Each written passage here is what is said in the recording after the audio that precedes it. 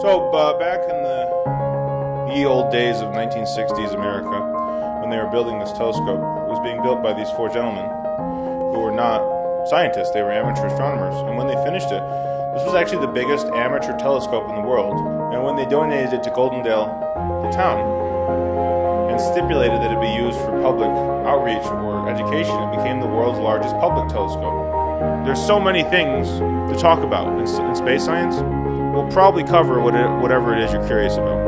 The reason I love astronomy is because it's an all-inclusive science. It covers everything: chemistry, electrical theory, every type of physics, etc., etc. So what's special about this upgrade we're doing is once this new mirror goes in, this is arguably going to be one of the best public telescopes in the whole world, because it has a research-grade mirror, yet it's still used for education, which is highly unusual.